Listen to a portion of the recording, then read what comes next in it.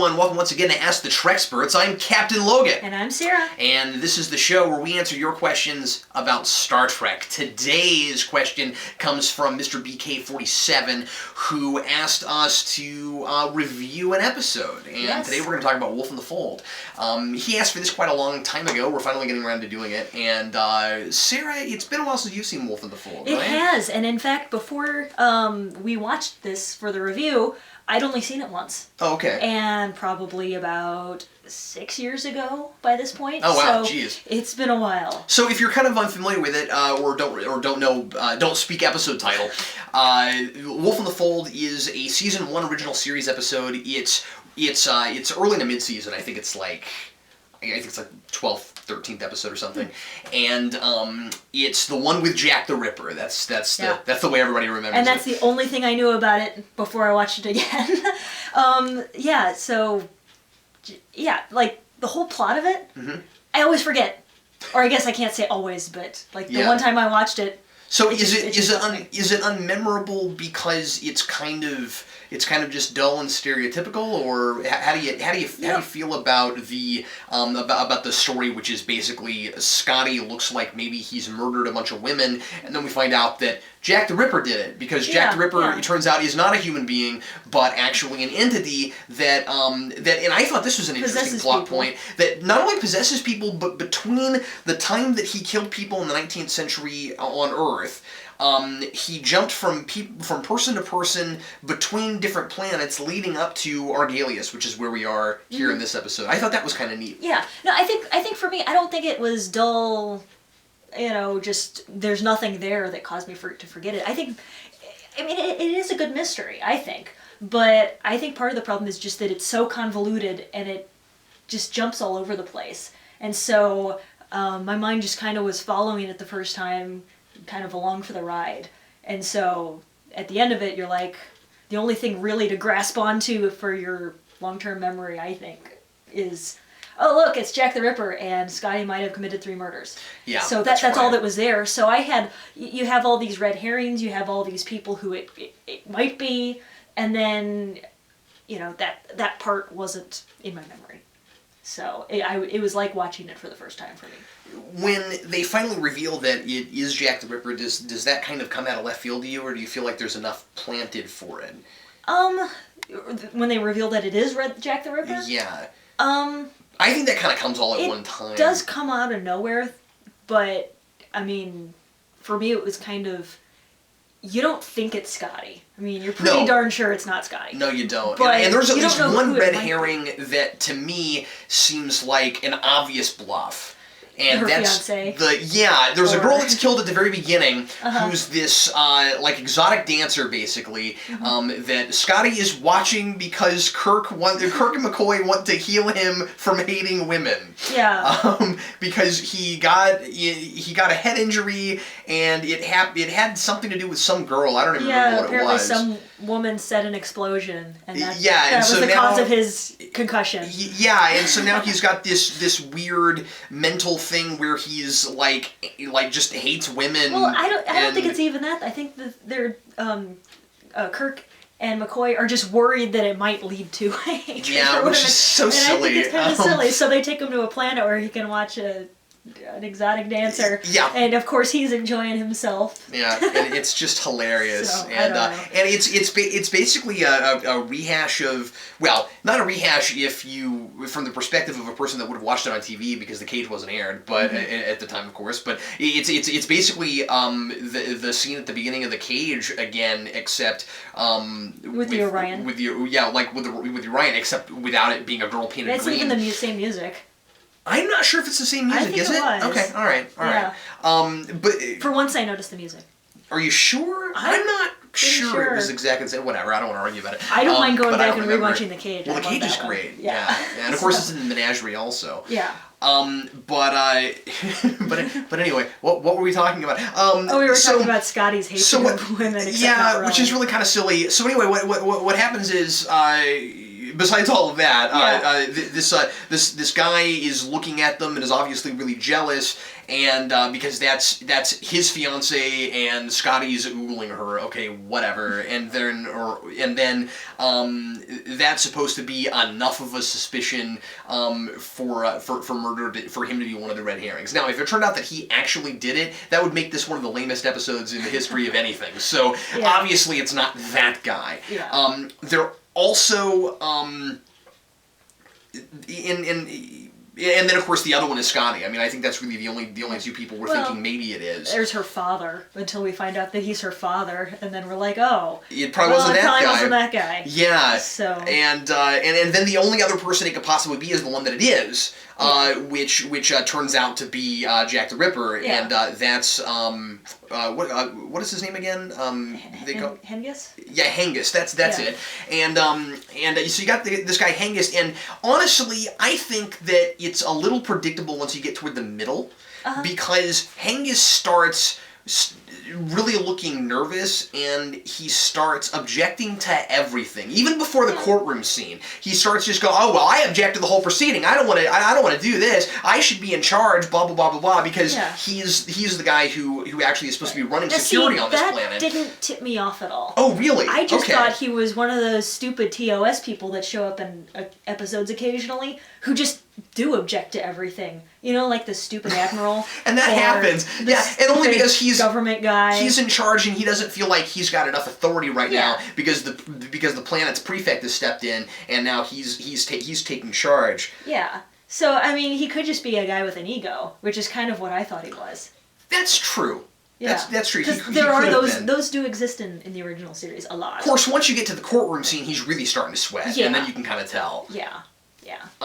I really like the idea of having planets that need to hire out people from other planets because there's nobody on their planet that can do certain jobs. Yeah, yeah. Well, with such a hedonistic society, you know, where everything that they do is for their own pleasure. I mean, you really don't want those kind of people running the government. I mean, according to the episode, they wouldn't be efficient. And it seems to me that if all they know is, and experience generally, is pleasure and the better side of life, then they wouldn't be well equipped to deal with the more sordid side of life or the problems that come up. So it makes sense for them to hire out to another planet. That was a really realistic science fiction way to handle that. Yeah, if you know there are other planets that have civilized life on them. Yeah. It kind of makes sense to you, especially if it's a Federation planet, which I would assume it probably is. We're not told that. Yeah. Maybe it is, maybe it's not. Yeah. It seems Risa could benefit from that, or Risa. The one where Wesley Crusher steps on the grass. What is that, Edo? Yeah, Edo. Justice. Yeah. Well, anyway. So I'm just trying to think what else should we throw out here. I like that one of Jack the Ripper's other nicknames is Red Jack, and Red Jack is spelled Redjac, so it's Red Jack, which is kind of interesting because on Earth he was called Jack the Ripper. Red is the color of blood. He's Red Jack. Yeah.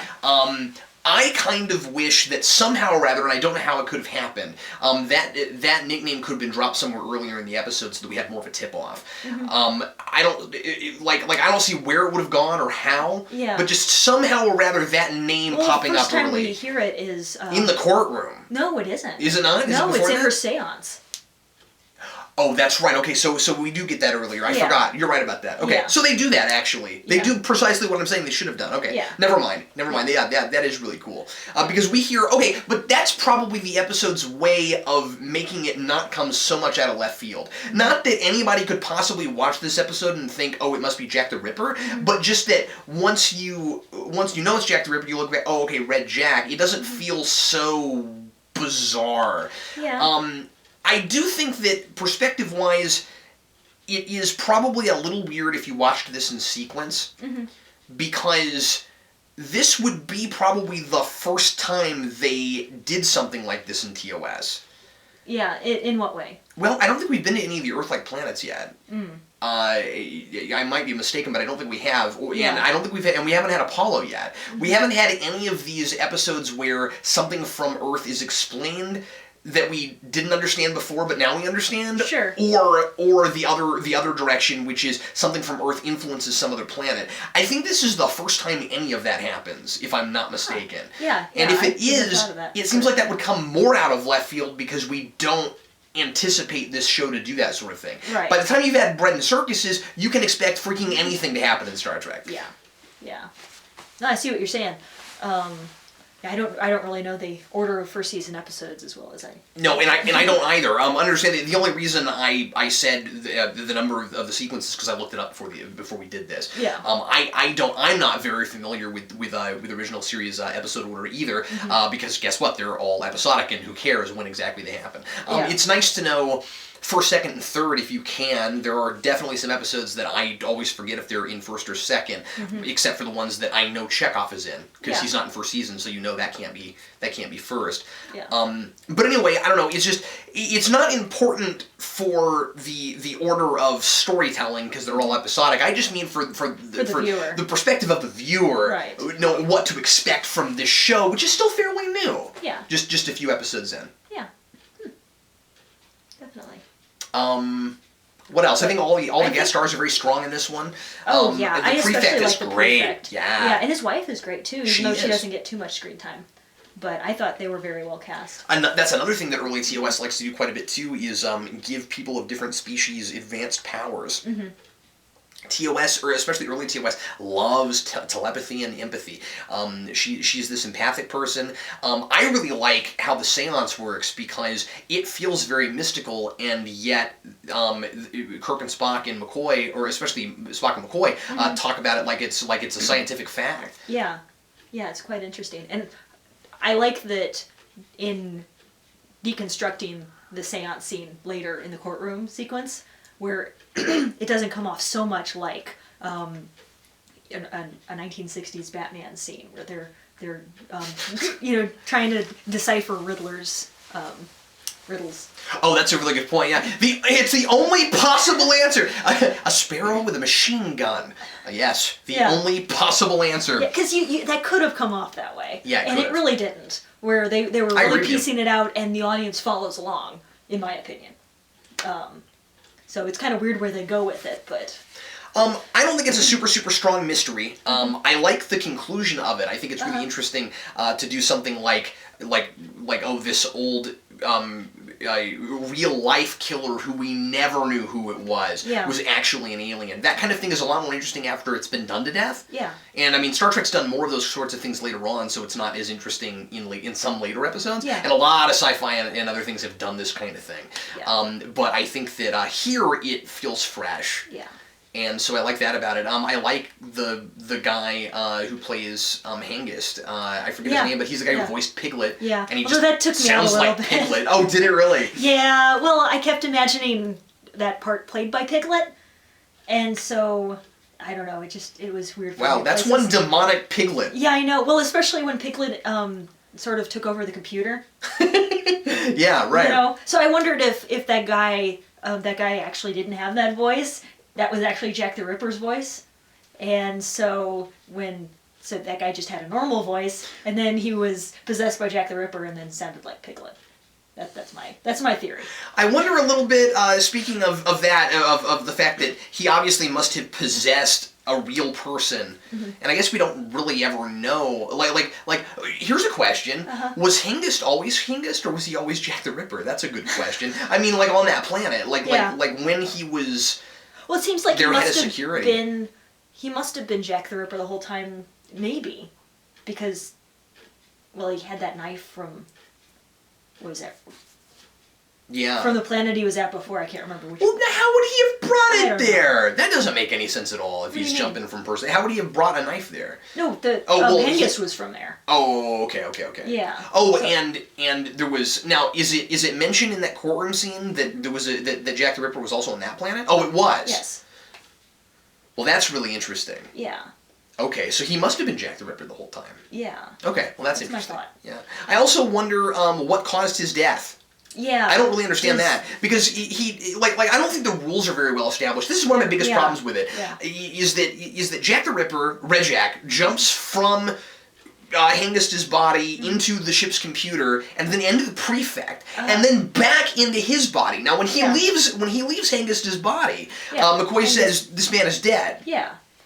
But then when he leaves the prefect's body, prefect is just fine. He's just fine. But then he goes back into dead Hengist's body. And comes back alive. It's almost like they forgot that he was alive. Yeah. Or I'm not sure, or can he possess corpses? But even if he can possess If he can possess corpses, then why was he a corpse in the first place? Yeah. Why would he kill him? Unless the idea is that man's personality is no longer in his mind. He was there long enough to...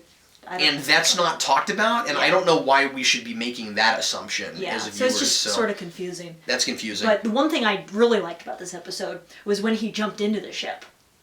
I just thought everything that happened between him jumping into the ship and him then leaving the ship, I thought that was just fantastic. Did you think for the 60s, the whole, voice across the ship was kind of chilling? I could see that. Kind of, I don't know. I think that's probably why they cast him, is that Piglet voice can be used in a creepy kind of fashion. Yeah, I think they really balanced creepy and humor. Because they had a bit of both on there. They did. I think it ends too jokey. I think it ends way too jokey considering its themes. Yeah, perhaps. You know what I mean? I really it's like funny, the part where they're on the bridge and Kirk's like, okay, disregard the voice or whatever, and Sula's like, well, that's the first time I've heard a malfunction threaten me. Oh yeah, that's funny. That was just hilarious. Those kind of jokes thrown in the middle of the drama are great. Yeah. What I wasn't real sure about was Kirk carrying him around while he was laughing. Yeah. Oh, yeah. That was when he was Hengest. Yes. Yeah. And when because what happens is kill, ha ha ha. Oh my God, really? That's kill you all. At that point, I've kind of lost the drama, and it's just become a total joke of itself. I mean, because the idea is that McCoy, everybody that's the idea is that if you're afraid, he can do things to you. So, McCoy comes up with this concoction that he. It's a tranquilizer, basically. Is it just a tranquilizer? Yeah. Yeah. Yeah, it's just some kind of tranquilizer. And so it just makes people all giddy, and they can't be afraid of things because they're being silly. And then he gives it to Hengist. Now, what I don't understand is why at that point he doesn't just leave Hengist's body again. I don't know. It could be that because of the tranquilizer. Now, this is just speculation. And silly. The tranquilizer addles the person's system. So since the person isn't working quite properly and can't think straight, Red Jack is kind of trapped because he can't quite escape the way he would normally. Okay, no, that makes sense. So, yeah. I mean, I could see it. And that also makes sense why he would still continue to be making threats while laughing, as opposed to just no longer even be interested in making threats, which is what anybody else probably would have done. Yeah. So he's still trying to be Red Jack, but he's stuck. He's stuck in this loopy. So it's kind of funny to hear what a loopy serial killer would sound like. Well, what do you rate this one? I'd say 2.5. It's definitely above average. It's not spectacular. I enjoy watching it, but it has its high moments and it has its points where I think they could have done a little bit better with it. I'll go as high as a 3 on this one. Mm-hmm. I'm being maybe a little bit more lenient on it because it's early, and I think that it's pretty creative. It is creative. For where it lies and does something that is good enough that it became a model for a lot of other things. Yeah. So I mean, I like that. Again, I like a lot of guest stars. Sometimes TOS kind of misses on the guest stars. I think that they hit. I think that they hit every note right there. Yeah. I do think that it opens really silly and it ends really silly. Yeah. There are a lot of things in the middle that I like. Yes. So. Yeah, definitely. Okay. Anyway, that's us on Wolf in the Fold. Thanks as always for watching Ask the Treksperts. If there's something you'd like us to talk about in a future video, or something you'd like to ask us, or an episode you'd like us to review of any Star Trek series, leave that in the comments as well. Thanks as always for watching. I'm Captain Logan. And I'm Sarah. We'll see you next time.